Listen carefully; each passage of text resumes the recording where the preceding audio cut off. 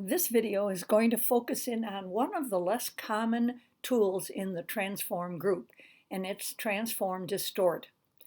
After I had reviewed and sent on to you my basic tutorial on those tools, I realized that one of the horrible images I had used in that, which was of the arch, was actually an image that might benefit from the distort tool. So I'm going to open it and work with it in distort. And I have created a tutorial PDF file so you can go over it step by step. And in that, I talk a little bit more about the situations in which you might end up needing the distort tool. So I encourage you to read that tutorial.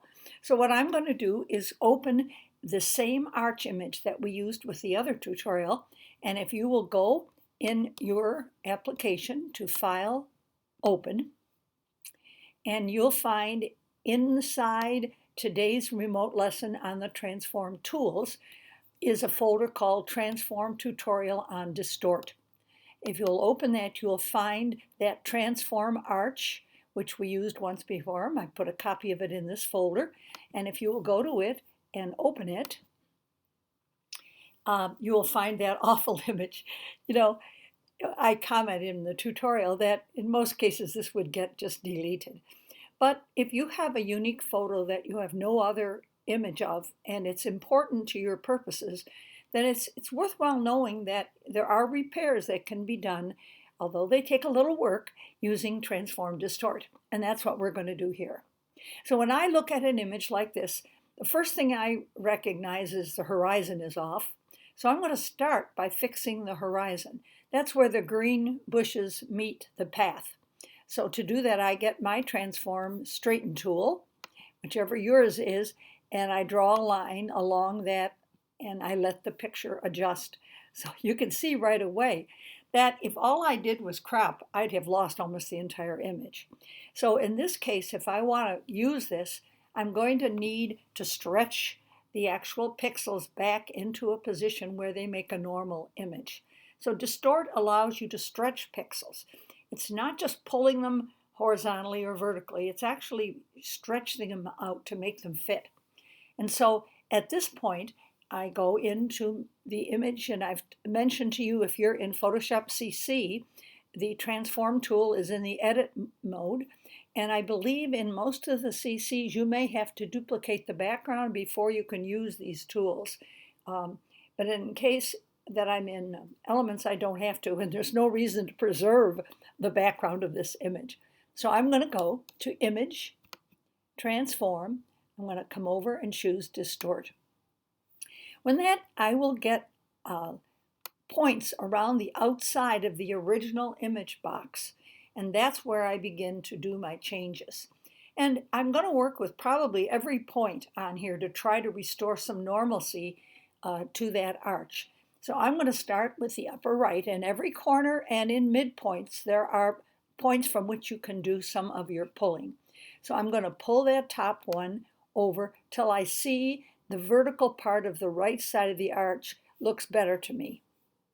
And then I'm going to go over here, and I'm going to pull out the top right and straighten up that till I get a little more straightness in the basic arch line.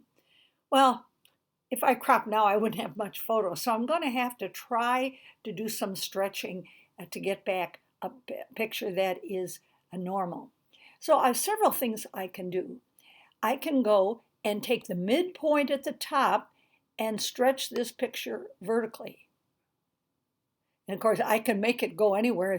You see how I can move it anywhere? My intention was just to get it up vertically a little.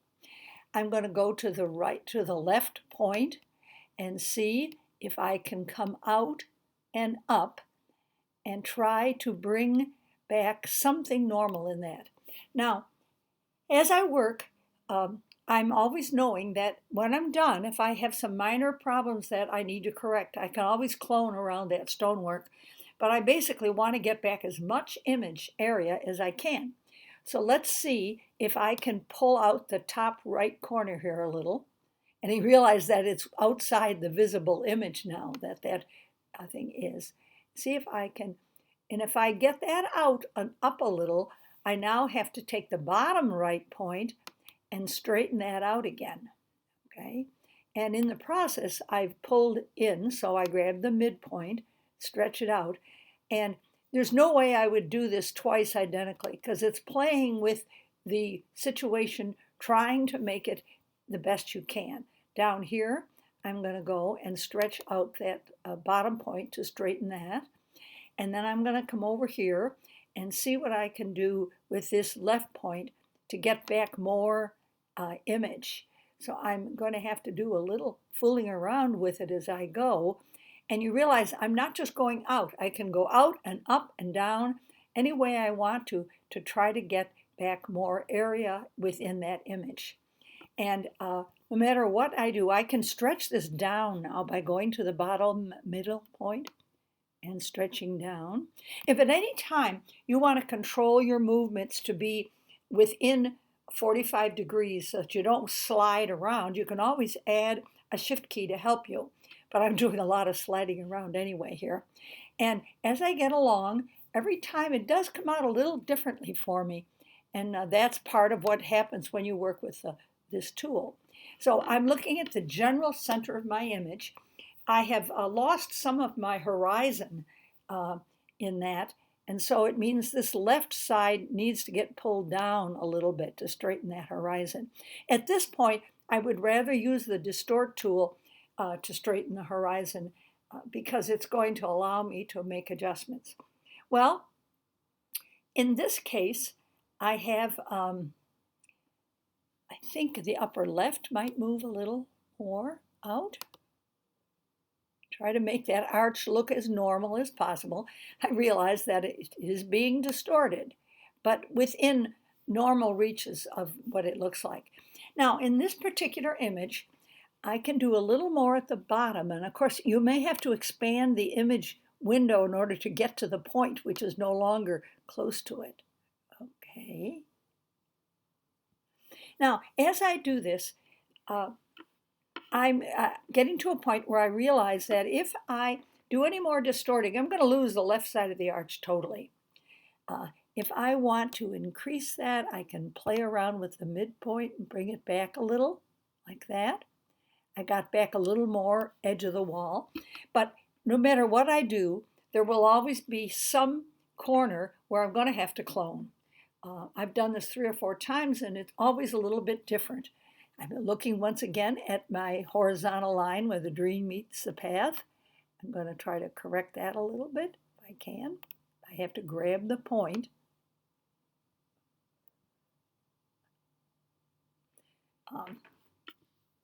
Oh, look what I've done at the top. Well, obviously I need to stretch the top up. So I'm grabbing the middle, stretching the top up so that I get rid of that. So at this particular time I've gone through it, I am at the point where I think I'm ready to realize that I'll have to clone in the left edge, that there just was so much error in the way this was taken.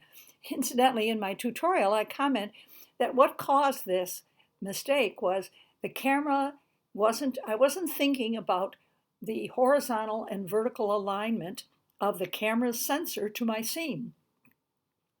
I had distortions, both probably tilted the camera off level. I also got off to one side of my arch, and I probably also went up or down so that there was no alignment between the vertical plane of my sensor and the vertical plane of the image. So most of these problems can be avoided at the time you take it if you're meticulous. But you know, there are times sometimes when you're hurried and you just don't take the time and you end up with a problem. And this is the way to approach it. So I'm going to accept what I've done so far. There's a check mark available in Elements. It's down here. In Transform, it's up on the option bar. And that gives me an image now set like this. Now, at this point, when I clone, I like to clone on a neutral layer, so I'm not touching this particular layer. So I go up and I create a new layer icon. It looks a little different in the latest versions of Photoshop CC. It's more of a rectangle with a little star in the middle. But in any case, I've got my layer. And now I'm going to go and get my clone stamp tool. And I need to pay attention to the way I have the settings of this tool.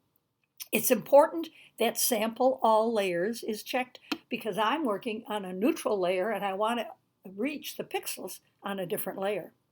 And I also, for this repair, need to be sure the word aligned is not checked because I'm going to choose pixels from the upper part of that arch and reproduce them down below. And I don't want my pickup point to change. I want to be, whenever I lift my mouse, I want the pickup point to return to the same area because I'm limited on what I can use. So with that in place, I take that and I come up here and I decide what size do I want my clone stamp to be. And let me be sure I don't have a caps lock down. All right, it's too big, so I'm going to use the left bracket key, make it smaller. I'm going to pick up a combination of the stone dark face and the cutaway that's lighter. And when I hold the Alt or Option key and click, I pick up that sample. I now come down and I try to align the sample with what I'm going to cover up, and I drag it down. And don't worry too much about the absolute perfection because you're going to work over this. I can come back and go back and copy over that. When I make a mistake, I simply undo. And I want to be sure I'm still picking up the pixels from up here. If I think I've lost them, I just go back and click them and come down here and line up the dark part so that it looks like it belongs correctly. And I work down, and when I've used up my area that I had available, I have to lift my mouse. Now my pickup point is back at the top of the wall. So I can come down and watch where the pickup point is moving. It's an X, a plus sign rather. And whenever it gets too far down, I lift my mouse and it pops back up again and gives me pixels. As I do that, I'm going to go along and pick up some of the pixels to the right of that and bring them down. And so I'm going to start up at about here and pick up new pixels. And then I'm going to start putting those pixels down. And of course, lift whenever I want to refresh it. And when I think that I've gotten as far as I want on that wall, I can always pick up the path and move it over. And in this particular rendition of this work, I'm going to pick up the path, come over here, and replace it here on the side. And if I don't like what I picked up, I just pick up some more that have a little grass in them and do something that will give me a more natural look over in the path. Okay? Now, as I told you, every time I do this, it comes out a little differently. The last time I did it, my left and right sections were not aligned. And I got it all done, and my left-hand one ended up right down low, and the right was back up where it is. And it's nowhere near as big a problem on this rendition, but I want to show you how easy it is to correct that. Once I've gotten that left side where I think it will do, and remember, this is very rough-hewn old antique stone, but if it bothers me that I have some blotchy areas in here, I can, with the clone tool, I can easily go in and kind of patch around and even it out a little bit to make it look more natural. And then once I think I've done the best I can do with the cloning, I'm being picky. There's a little spot over here I see that looks light. I'm just going to come down and add a little in. Okay, once I think I've basically done the best I can do on that, I then want to work further and make any other correction that would bring one side and the other together. It did better this time, but I'm still going to show you how easy it is to bring the right wall down a little bit so it looks like it's lined up. So I could apply my corrections to the background, and then I would be able to go ahead and do another round. But I want you to know that while you're working on a job, if you're hesitant to lose the layer with your work on it, but you need a fresh start, we have a way of adding a composite layer that applies these changes to the background and then gives you a new background on top. So I'm going to do that here. And I hold my Shift key. And then if it's Control on Windows or Command on Mac, and then either Alt or Option. So I have 3 keys in the left hand. In the other hand, I type an E. And this gives me a new background which has all the previous changes in it. And the advantage is if I were to mess up badly, I could delete this layer and I'd be back where I was. So it's just another way of protecting yourself from errors. So what I want to do is to show you that if I think that right side needs to come down to be level with the other, I simply go back into Image, Transform, Distort, and I go to, you see I have a new image now that I've made a new background, and I have my points back. I simply grab that bottom right point and drag it down a little bit to make it line up with the others. Or if the other was wrong, I could go in and grab that point and bring it down to line up. But in this case, it was the right one. In most of my renditions, it was the right one that was not lined up well, so I just went down and corrected it. So it was very easy, at which point I decided that I had rescued the best I could on this. Now, if you think that you have any little edges that are not done correctly, one of the things you can do if you accept the transformation is to go in and make this fit the screen. It's already 100%, so it's going to be less sharp as I make it. But if I do a Command or Control 0, and then I want to stretch this out, I can take a look and be sure that I see one little white spot at the upper corner here on right. That's a clone error, so I always add a new layer, grab the clone stamp, and I have it set like I wanted it. So I come up here and I pick up some of these dark pixels and I just push them over the edge. So a little corrections can be made, and then of course I'd be ready to save it and use it for what was necessary. We'll go back to 100% so it looks somewhat in focus. And in this case, if you're playing around with it, I recommend you just close it and don't save it, so that if you want to work with the tool more, you can do this several times, close it off and try it again. As I said to you, every time I do it, I come out a little bit differently because there's no one prescription to how you work with the Distort tool. So I'm going to close it, and as I close it, I'm not going to save it. It's a working image. And then I'm going to take a minute and go back to File, Open, and there is a monastery image I've put here. And I've given it to you as a JPEG without any repairs, and I've also given it to you as a PSD with the repairs, so you could kind of compare your work with mine. But let's just grab the JPEG image, and let's look at a different image that can benefit from Distort. Now, when I worked on this before, I think I did skew, and I worked on bringing the top right out and the bottom right down. And it occurred to me that when you have two planes, you see, one of my problems was I wasn't purposely not square with the window. I wanted to get the interesting detail on the inside of that arch. So I was off at an angle, which is going to cause distortion. And obviously, there was no, I made that, I think when I thought about this, it wasn't that I didn't think. I tried to keep the spire in the back so it looked vertical here. So that was my vertical plane, meant to keep that correct. And then everything else around it is distorted. Now, had I enlarged this a little bit and gotten more of that side window, then I might have kept it as a distorted image. But because that window is already not perfectly there, I'm going to elect to try to see what I could do to correct it a little. And I'm going to do it with Distort instead of doing it with skew, which is what I have done often in the past. So if you will, I wrote skew distort, which meaning you could do either way on this image. So I don't have to copy it to work, but if you're in Photoshop CC, you may have to make a copy of the background. Then find your transform tools and choose Distort. I always stretch the window so that I can see those corners well. I'm going to start by pulling the right corner out, and I'm trying to see if I can get that right part of the arch, which feels to me like that is the substantive thing which makes the image stable. I'm not as concerned about all of the other areas because you see now I feel that my steeple and my straight part of the arch are somewhat aligned, and that was important to me. If I want to see whether I can correct the others, I have several options. One is to pull down this corner.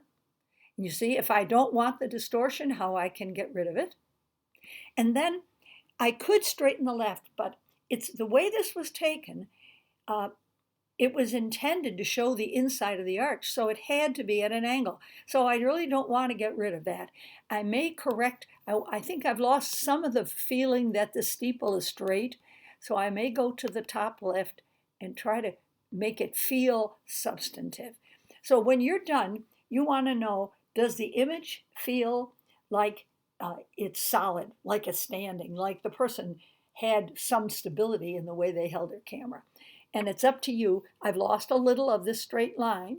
I can go back and find the corner and bring it out a little more if that satisfies me. And I know that I have to allow some distortion because it's intended to show the inside of the arch. But to me, this is more comfortable. If I wonder what it looked like, and I'm not working on a copy of the layer, I'm working on the original, I go to the history panel and I go back to open. Well, I have to accept my work first. Okay, I'll accept my work. Now I can go back to open. That's how it was, and come down to my last layer. And it's always important to know what you as the photographer and the ultimate artist here wants to achieve. And it's a very personal decision when you're dealing with distortion. As I said before, it's not always wrong to have some distortion. And as you can see, I need some distortion in order to show the inside of that arch and have it make sense. If I were to try to make it square and show the inside of that arch, your eye would feel something was wrong. So this was my decision how to use it. And I had more flexibility with the Distort tool than I would have had with the skew. You might try it both ways and see what the difference is. If you get a feeling for when Distort works, you will be able to decide where something has occurred that you can rescue. You can't rescue everything, and you may not want to rescue a lot of pictures. But if this was the only picture I had showing that detail in the arch, and it was, then it was important for me to find some way to make it acceptable in the images that I'm going to present in this group. So I hope you have fun learning to use the Distort tool, not because you'll use it a lot, but because if you're skilled with it, you'll know when it's the tool that will help you.